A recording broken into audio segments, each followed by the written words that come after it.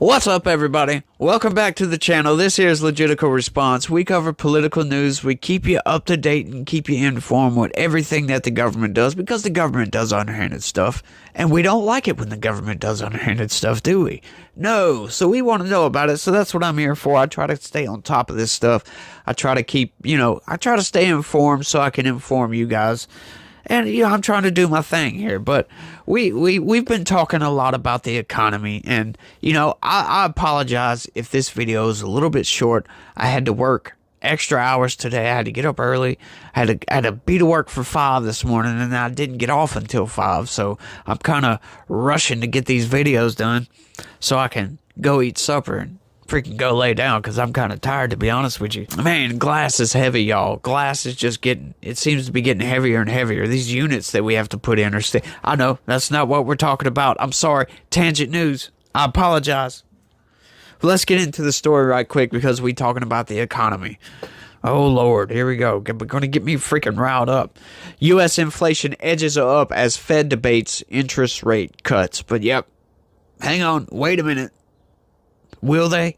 The inflation rate in the U.S. picked up in February as the prices for petrol and housing pushed higher. Yeah, if you're wondering why they use the term petrol, yeah, that's because this article comes from the BBC.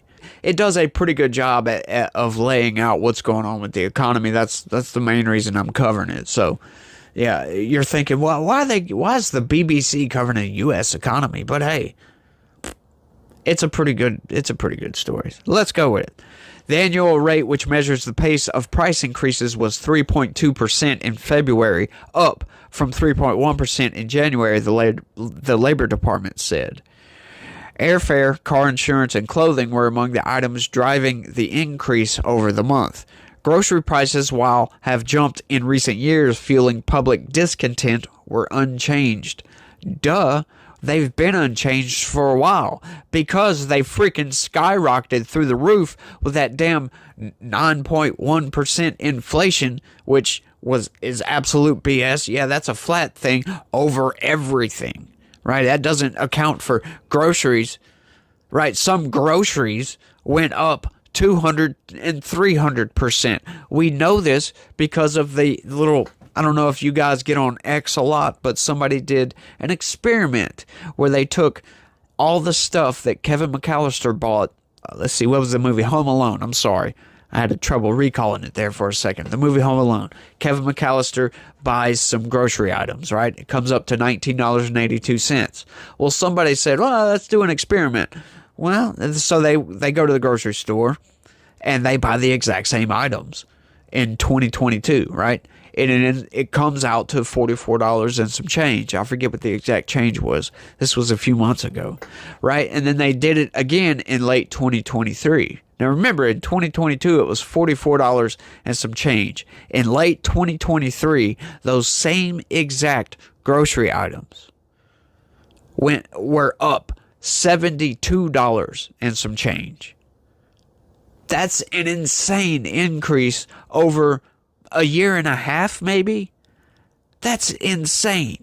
Yeah, inflation is hurting everybody all the way across the board, especially on grocery prices and fuel and just everyday items, right? We could care less what the inflation rate is, because we don't purchase houses every day, because housing is one of those things that get added into that inflationary rate that they give you, that percentage rate. Well, let's keep going. The monthly report comes during a critical presidential election year, and as the U.S. Central Bank, the Federal Reserve, is debating the next step in its fight to rein in prices. Yeah, they're not going to be able to just change prices, regardless of what Joe Biden tells you. Yeah, Joe Biden's lying to you when he says, oh, I'm reducing the prices of this. No, he can't control that. It has to be an act of Congress to control something like that. And that is a step toward communism, and we don't want that, y'all. Inflation has slowed significantly since the Fed started hiking borrowing costs sharply in 2022, and the bank is expected to start reversing course and cutting interest rates sometime this year. But calls for the first cut to some come as soon as March have been revised as recent inflation readings show progress stalling, with many now expecting its first move in June or later. Wow. Yeah. I wouldn't plan on getting any loans anytime soon, y'all. Analysts said the figures were affected by seasonal price adjustments tied to the start of the year, but that the overall report was likely to reinforce the Fed's determination to remain cautious. Yeah, of course. The print is just about enough to keep rate cut expectations for June stable, but another print like this next month would push the first cut into the second half of the year, putting the soft landing narrative in question, said Seema Shah, chief global strategist at Principal Asset Management. Yeah, Joe Biden's been spouting that whole soft landing there for a while. He's talking like we've already had our soft landing. But, yeah, no, not yet, y'all. Yeah, it's not over yet. Just because inflation is down to, 3%? And, jobs are up, and the stock market's good, and all the economic indicators are great. Yeah, I wouldn't put my hopes back in the economy just yet. We got a lot of banks failing, y'all. The U.S. economy has so far held up better than expected in the face of inflation and higher borrowing costs, but persistent price rises have hampered President Joe Biden's ability to sell his policy to voters and could pose risks to the economy in the months ahead. The Labor Department said petrol prices rose by 3.8% between January and February, while airline fares rose 3.6%. Grocery prices showed little change over the month as higher prices for items such as cereal, bread, and eggs were offset by lower meat and fresh fruit costs. No, BS. I'm calling bullshit on that. No, meat is not cheaper. I'm sorry. Have you been to the grocery store lately? Yeah, meat's not cheaper. Fresh fruit's not cheaper. No, those are about the same as they were, if not a little bit more expensive. So what the hell are they even talking about? Maybe in their area, maybe across the pond. I don't know, but not over here in Southwest Louisiana. Yeah, nothing is the same as it was. Everything is more expensive, much more expensive, as a matter of fact.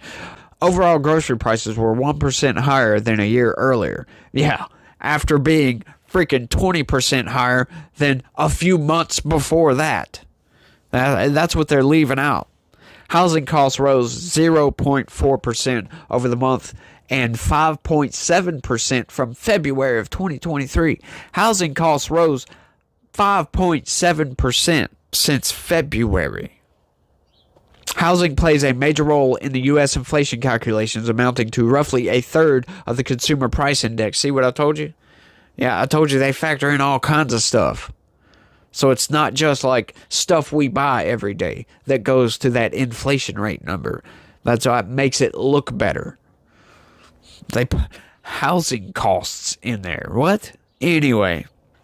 The department's inflation measure takes into account both rental rates and owner's equivalent rent, an estimate of what a homeowner would have to pay to rent their own property. That's kind of BS when you think about it, because why are they throwing rent in there, like renting cost as a housing cost? Shouldn't that be just for houses, or am I thinking about this wrong? Let me know down in the comment section. But you could be, in other words, what I'm saying is you could be paying rent on a house that is paid off. Just because you're paying rent on a house doesn't mean there's a mortgage. Therefore, that's kind of offsetting the housing costs, because that house might be a lot cheaper than it would be if it was on the market. Or you might be paying less rent for it than it would be if you got a mortgage on it. Or you could be paying much more rent on that than you would if it was a mortgage. That would kind of conflate two totally different things, at least in my mind. But like I said, let me know what you think about that in the comments section. Am I just overthinking that one? If housing costs are excluded, the inflation rate in the U.S. is far lower than the official rate, with prices up about 1.8% compared with February 2023. That sounds like BS. Joe Brusalis, chief economist at consultancy firm RSM, who last year had predicted that housing costs would remain an inflation driver, said he now saw that changing in the months ahead. If you're looking at the U.S. from externally, you should be able to begin to make some judgment that the U.S. is rapidly approaching the point at which we can say we've obtained price stability, he said. That is a good thing. It sounds like the economy is doing okay. But, that's another thing.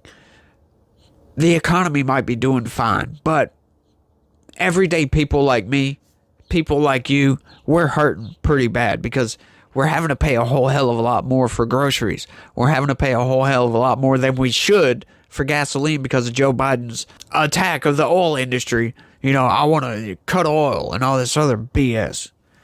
I don't understand that one. We live off of oil. If they were to just stop oil one day, just stop oil, we would be screwed, y'all. We would be terribly screwed. Everybody knows this, except those stinking environmentalists.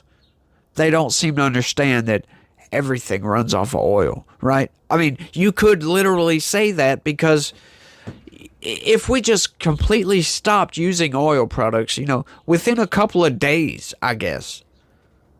Because, or I should say, if we just stopped using fossil fuels, within a couple of days, we'd be screwed because all of our coal power power plants would be shut down.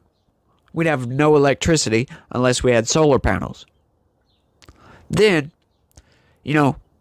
wouldn't take but what, maybe a couple of weeks, a week, 2 weeks at the very most, our grocery stores would be out of groceries. Fast food restaurants would be shut down because there's no food. Yeah, these people don't realize the level of death that just stop oil would bring. I don't think they understand that one. And Joe Biden's like, yeah, let's just stop oil. We gotta stop the big oil companies. It's like, come on, dude. Drill for more oil. We need more oil. How about if you're that worried about the climate, subsidize some technology to clean up exhaust fumes, right? I mean, we can innovate our way out of climate change. I really didn't want to pivot into climate change, so I'm going to get off of climate, and I think I'm going to go ahead and cut this one off right there. I want y'all to let me know what y'all think about all this down in the comment section.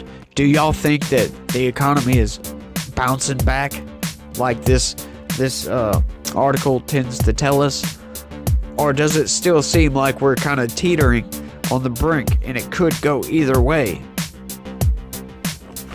Let me know what you think down in the comment section. That's all I got for this one. I want to thank everybody for watching. I sure do appreciate it, y'all. And y'all try to have a good day and be positive. Peace.